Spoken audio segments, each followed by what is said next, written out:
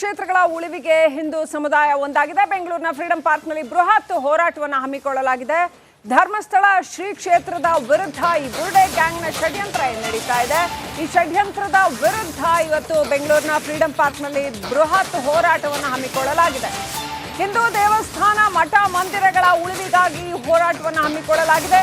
ಧರ್ಮ ಸಂರಕ್ಷಣಾ ಸಮಾವೇಶ.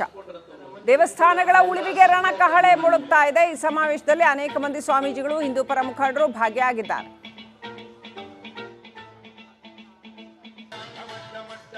ನಮ್ಮ ಜೊತೆ ಈಗ ಬಿಜೆಪಿ ಮಾಜಿ ಶಾಸಕ ಪಿ ರಾಜು ಇದ್ದಾರೆ. ಅವ್ರು ಮಾತಾಡಿಸ್ತೀನಿ.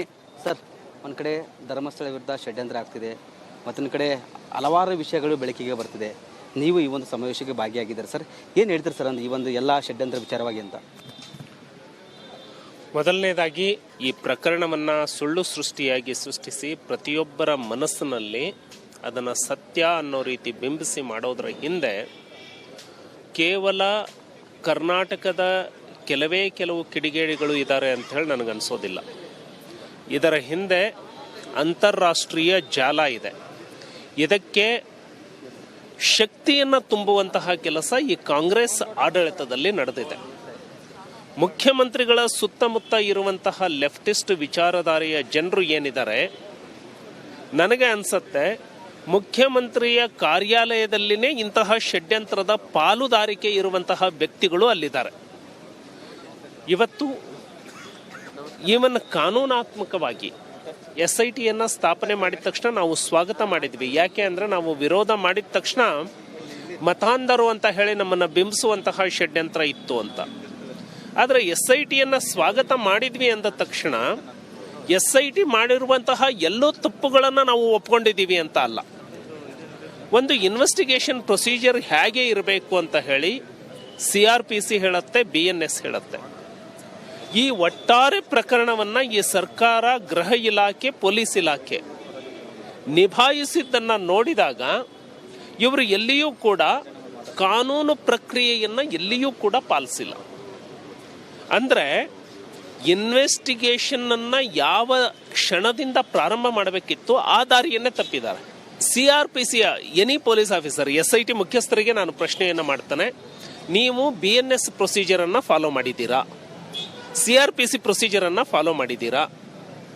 ಒಂದು ಕಾಗ್ನೈಸಬಲ್ ಅಫೆನ್ಸ್ ನಡೆದಿದೆ ಅಂತ ಹೇಳಿ ಬಂದಾಗ ಎಕ್ಸುಮೇಷನ್ ಮಾಡಲಿಕ್ಕೆ CRPC ಅಥವಾ BNS ಯಾರಿಗೆ ಅಧಿಕಾರ ಕೊಟ್ಟಿದೆ? ಧರ್ಮಕ್ಷೇತ್ರಗಳ ಉಳಿವಿಗೆ ಹಿಂದೂ ಸಮುದಾಯ ಒಂದಾಗಿದೆ. ಬೆಂಗಳೂರಿನ ಫ್ರೀಡಂ ಪಾರ್ಕ್ನಲ್ಲಿ ಬೃಹತ್ ಹೋರಾಟವನ್ನು ಹಮ್ಮಿಕೊಳ್ಳಲಾಗಿದೆ. ಧರ್ಮಸ್ಥಳ ಶ್ರೀ ಕ್ಷೇತ್ರದ ವಿರುದ್ಧ ಈ ಬುರ್ಡೆ ಗ್ಯಾಂಗ್ನ ಷಡ್ಯಂತ್ರ ನಡೀತಾ ಇದೆ. ಈ ಷಡ್ಯಂತ್ರದ ವಿರುದ್ಧ ಇವತ್ತು ಬೆಂಗಳೂರಿನ ಫ್ರೀಡಂ ಪಾರ್ಕ್ನಲ್ಲಿ ಬೃಹತ್ ಹೋರಾಟವನ್ನು ಹಮ್ಮಿಕೊಳ್ಳಲಾಗಿದೆ. ಹಿಂದೂ ದೇವಸ್ಥಾನ ಮಠ ಮಂದಿರಗಳ ಉಳಿವಿಗಾಗಿ ಹೋರಾಟವನ್ನು ಹಮ್ಮಿಕೊಳ್ಳಲಾಗಿದೆ. ಧರ್ಮ ಸಂರಕ್ಷಣಾ ಸಮಾವೇಶ. ದೇವಸ್ಥಾನಗಳ ಉಳಿವಿಗೆ ರಣಕಹಳೆ ಮೊಳಗ್ತಾ ಇದೆ. ಈ ಸಮಾವೇಶದಲ್ಲಿ ಅನೇಕ ಮಂದಿ ಸ್ವಾಮೀಜಿಗಳು ಹಿಂದೂ ಪರ ಮುಖಂಡರು ಭಾಗಿಯಾಗಿದ್ದಾರೆ.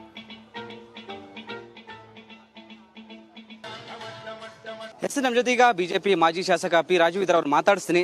ಸರ್, ಒಂದು ಕಡೆ ಧರ್ಮಸ್ಥಳ ವಿರುದ್ಧ ಷಡ್ಯಂತ್ರ ಆಗ್ತಿದೆ, ಮತ್ತೊಂದು ಕಡೆ ಹಲವಾರು ವಿಷಯಗಳು ಬೆಳಕಿಗೆ ಬರ್ತಿದೆ. ನೀವು ಈ ಒಂದು ಸಮಾವೇಶಕ್ಕೆ ಭಾಗಿಯಾಗಿದ್ದಾರೆ. ಸರ್, ಏನು ಹೇಳ್ತೀರಿ ಸರ್ ಈ ಒಂದು ಎಲ್ಲ ಷಡ್ಯಂತ್ರ ವಿಚಾರವಾಗಿ ಅಂತ?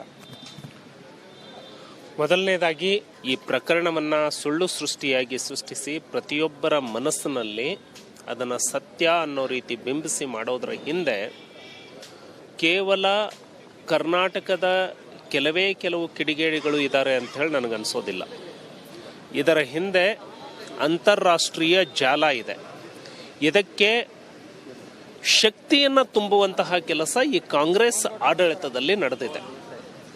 ಮುಖ್ಯಮಂತ್ರಿಗಳ ಸುತ್ತಮುತ್ತ ಇರುವಂತಹ ಲೆಫ್ಟಿಸ್ಟ್ ವಿಚಾರಧಾರೆಯ ಜನರು ಏನಿದ್ದಾರೆ, ನನಗೆ ಅನ್ಸತ್ತೆ ಮುಖ್ಯಮಂತ್ರಿಯ ಕಾರ್ಯಾಲಯದಲ್ಲಿನೇ ಇಂತಹ ಷಡ್ಯಂತ್ರದ ಪಾಲುದಾರಿಕೆ ಇರುವಂತಹ ವ್ಯಕ್ತಿಗಳು ಅಲ್ಲಿದ್ದಾರೆ. ಇವತ್ತು ಕಾನೂನಾತ್ಮಕವಾಗಿ SITಯನ್ನು ಸ್ಥಾಪನೆ ಮಾಡಿದ ತಕ್ಷಣ ನಾವು ಸ್ವಾಗತ ಮಾಡಿದ್ವಿ. ಯಾಕೆ ಅಂದರೆ ನಾವು ವಿರೋಧ ಮಾಡಿದ ತಕ್ಷಣ ಮತಾಂಧರು ಅಂತ ಹೇಳಿ ನಮ್ಮನ್ನು ಬಿಂಬಿಸುವಂತಹ ಷಡ್ಯಂತ್ರ ಇತ್ತು ಅಂತ.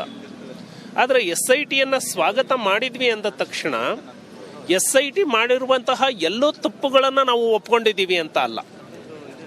ಒಂದು ಇನ್ವೆಸ್ಟಿಗೇಷನ್ ಪ್ರೊಸೀಜರ್ ಹೇಗೆ ಇರಬೇಕು ಅಂತ ಹೇಳಿ CRPC ಹೇಳುತ್ತೆ, BNS ಹೇಳುತ್ತೆ. ಈ ಒಟ್ಟಾರೆ ಪ್ರಕರಣವನ್ನ ಈ ಸರ್ಕಾರ, ಗೃಹ ಇಲಾಖೆ, ಪೊಲೀಸ್ ಇಲಾಖೆ ನಿಭಾಯಿಸಿದ್ದನ್ನ ನೋಡಿದಾಗ ಇವರು ಎಲ್ಲಿಯೂ ಕೂಡ ಕಾನೂನು ಪ್ರಕ್ರಿಯೆಯನ್ನ ಎಲ್ಲಿಯೂ ಕೂಡ ಪಾಲಿಸಿಲ್ಲ. ಅಂದ್ರೆ ಇನ್ವೆಸ್ಟಿಗೇಷನ್ ಅನ್ನ ಯಾವ ಕ್ಷಣದಿಂದ ಪ್ರಾರಂಭ ಮಾಡಬೇಕಿತ್ತು ಆ ದಾರಿಯನ್ನೇ ತಪ್ಪಿದ್ದಾರೆ. CRPCಯ ಎನಿ ಪೊಲೀಸ್ ಆಫೀಸರ್, SIT ಮುಖ್ಯಸ್ಥರಿಗೆ ನಾನು ಪ್ರಶ್ನೆಯನ್ನ ಮಾಡ್ತಾನೆ, ನೀವು BNS ಪ್ರೊಸೀಜರ್ ಅನ್ನ ಫಾಲೋ ಮಾಡಿದ್ದೀರಾ? CRPC ಪ್ರೊಸೀಜರ್ ಅನ್ನ ಫಾಲೋ ಮಾಡಿದ್ದೀರಾ? ಒಂದು ಕಾಗ್ನೈಸಬಲ್ ಅಫೆನ್ಸ್ ನಡೆದಿದೆ ಅಂತ ಹೇಳಿ ಬಂದಾಗ ಎಕ್ಸುಮೇಷನ್ ಮಾಡಲಿಕ್ಕೆ CRPC ಅಥವಾ BNS ಯಾರಿಗೆ ಅಧಿಕಾರ ಕೊಟ್ಟಿದೆ? ಇದಿಷ್ಟು ಪಿ ರಾಜು ಅವರ ಮಾತಾಗಿತ್ತು. ಕ್ಯಾಮ್ರಾ ಪರ್ಸನ್ ಶಿವ ಜೊತೆ ವೀರೇಶ್, ರಿಪಬ್ಲಿಕ್. ಧರ್ಮಕ್ಷೇತ್ರಗಳ ಉಳಿವಿಗೆ ಹಿಂದೂ ಸಮುದಾಯ ಒಂದಾಗಿದೆ. ಬೆಂಗಳೂರಿನ ಫ್ರೀಡಂ ಪಾರ್ಕ್ನಲ್ಲಿ ಬೃಹತ್ ಹೋರಾಟವನ್ನು ಹಮ್ಮಿಕೊಳ್ಳಲಾಗಿದೆ. ಧರ್ಮಸ್ಥಳ ಶ್ರೀ ಕ್ಷೇತ್ರದ ವಿರುದ್ಧ ಈ ಬುರ್ಡೆ ಗ್ಯಾಂಗ್ನ ಷಡ್ಯಂತ್ರ ನಡೀತಾ ಇದೆ. ಈ ಷಡ್ಯಂತ್ರದ ವಿರುದ್ಧ ಇವತ್ತು ಬೆಂಗಳೂರಿನ ಫ್ರೀಡಂ ಪಾರ್ಕ್ನಲ್ಲಿ ಬೃಹತ್ ಹೋರಾಟವನ್ನು ಹಮ್ಮಿಕೊಳ್ಳಲಾಗಿದೆ. ಹಿಂದೂ ದೇವಸ್ಥಾನ, ಮಠ, ಮಂದಿರಗಳ ಉಳಿವಿಗಾಗಿ ಹೋರಾಟವನ್ನು ಹಮ್ಮಿಕೊಳ್ಳಲಾಗಿದೆ. ಧರ್ಮ ಸಂರಕ್ಷಣಾ ಸಮಾವೇಶ. ದೇವಸ್ಥಾನಗಳ ಉಳಿವಿಗೆ ರಣಕಹಳೆ ಮೊಳಗ್ತಾ ಇದೆ. ಈ ಸಮಾವೇಶದಲ್ಲಿ ಅನೇಕ ಮಂದಿ ಸ್ವಾಮೀಜಿಗಳು, ಹಿಂದೂ ಪರ ಮುಖಂಡರು ಭಾಗಿಯಾಗಿದ್ದಾರೆ.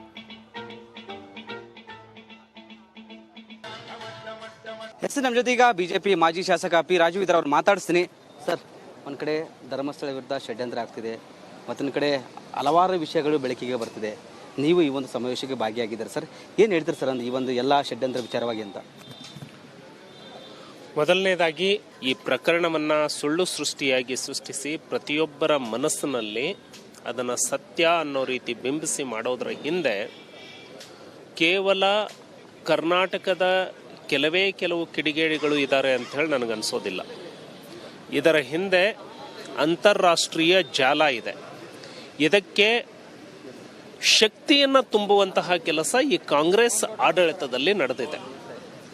ಮುಖ್ಯಮಂತ್ರಿಗಳ ಸುತ್ತಮುತ್ತ ಇರುವಂತಹ ಲೆಫ್ಟಿಸ್ಟ್ ವಿಚಾರಧಾರೆಯ ಜನರು ಏನಿದ್ದಾರೆ, ನನಗೆ ಅನ್ಸತ್ತೆ ಮುಖ್ಯಮಂತ್ರಿಯ ಕಾರ್ಯಾಲಯದಲ್ಲಿನೇ ಇಂತಹ ಷಡ್ಯಂತ್ರದ ಪಾಲುದಾರಿಕೆ ಇರುವಂತಹ ವ್ಯಕ್ತಿಗಳು ಅಲ್ಲಿದ್ದಾರೆ. ಇವತ್ತು ಈವನ್ ಕಾನೂನಾತ್ಮಕವಾಗಿ SITಯನ್ನ ಸ್ಥಾಪನೆ ಮಾಡಿದ ತಕ್ಷಣ ನಾವು ಸ್ವಾಗತ ಮಾಡಿದ್ವಿ. ಯಾಕೆ ಅಂದ್ರೆ ನಾವು ವಿರೋಧ ಮಾಡಿದ ತಕ್ಷಣ ಮತಾಂಧರು ಅಂತ ಹೇಳಿ ನಮ್ಮನ್ನ ಬಿಂಬಿಸುವಂತಹ ಷಡ್ಯಂತ್ರ ಇತ್ತು ಅಂತ. ಆದರೆ SITಯನ್ನ ಸ್ವಾಗತ ಮಾಡಿದ್ವಿ ಅಂದ ತಕ್ಷಣ SIT ಮಾಡಿರುವಂತಹ ಎಲ್ಲೋ ತಪ್ಪುಗಳನ್ನು ನಾವು ಒಪ್ಕೊಂಡಿದ್ದೀವಿ ಅಂತ ಅಲ್ಲ. ಒಂದು ಇನ್ವೆಸ್ಟಿಗೇಷನ್ ಪ್ರೊಸೀಜರ್ ಹೇಗೆ ಇರಬೇಕು ಅಂತ ಹೇಳಿ CRPC ಹೇಳುತ್ತೆ, BNS ಹೇಳುತ್ತೆ. ಈ ಒಟ್ಟಾರೆ ಪ್ರಕರಣವನ್ನ ಈ ಸರ್ಕಾರ, ಗೃಹ ಇಲಾಖೆ, ಪೊಲೀಸ್ ಇಲಾಖೆ ನಿಭಾಯಿಸಿದ್ದನ್ನ ನೋಡಿದಾಗ ಇವರು ಎಲ್ಲಿಯೂ ಕೂಡ ಕಾನೂನು ಪ್ರಕ್ರಿಯೆಯನ್ನ ಎಲ್ಲಿಯೂ ಕೂಡ ಪಾಲಿಸಿಲ್ಲ. ಅಂದ್ರೆ ಇನ್ವೆಸ್ಟಿಗೇಷನ್ ಅನ್ನ ಯಾವ ಕ್ಷಣದಿಂದ ಪ್ರಾರಂಭ ಮಾಡಬೇಕಿತ್ತು ಆ ದಾರಿಯನ್ನೇ ತಪ್ಪಿದ್ದಾರೆ. CRPCಯ ಎನಿ ಪೊಲೀಸ್ ಆಫೀಸರ್, SIT ಮುಖ್ಯಸ್ಥರಿಗೆ ನಾನು ಪ್ರಶ್ನೆಯನ್ನ ಮಾಡ್ತಾನೆ, ನೀವು BNS ಪ್ರೊಸೀಜರ್ ಅನ್ನ ಫಾಲೋ ಮಾಡಿದ್ದೀರಾ? CRPC ಪ್ರೊಸೀಜರ್ ಅನ್ನ ಫಾಲೋ ಮಾಡಿದ್ದೀರಾ? ಒಂದು ಕಾಗ್ನೈಸಬಲ್ ಅಫೆನ್ಸ್ ನಡೆದಿದೆ ಅಂತ ಹೇಳಿ ಬಂದಾಗ ಎಕ್ಸುಮೇಷನ್ ಮಾಡಲಿಕ್ಕೆ CRPC ಅಥವಾ BNS ಯಾರಿಗೆ ಅಧಿಕಾರ ಕೊಟ್ಟಿದೆ? ಇದಿಷ್ಟು ಪಿ ರಾಜು ಅವರ ಮಾತಾಗಿತ್ತು. ಕ್ಯಾಮ್ರಾ ಪರ್ಸನ್ ಶಿವ ಜೊತೆ ವೀರೇಶ್, ರಿಪಬ್ಲಿಕ್.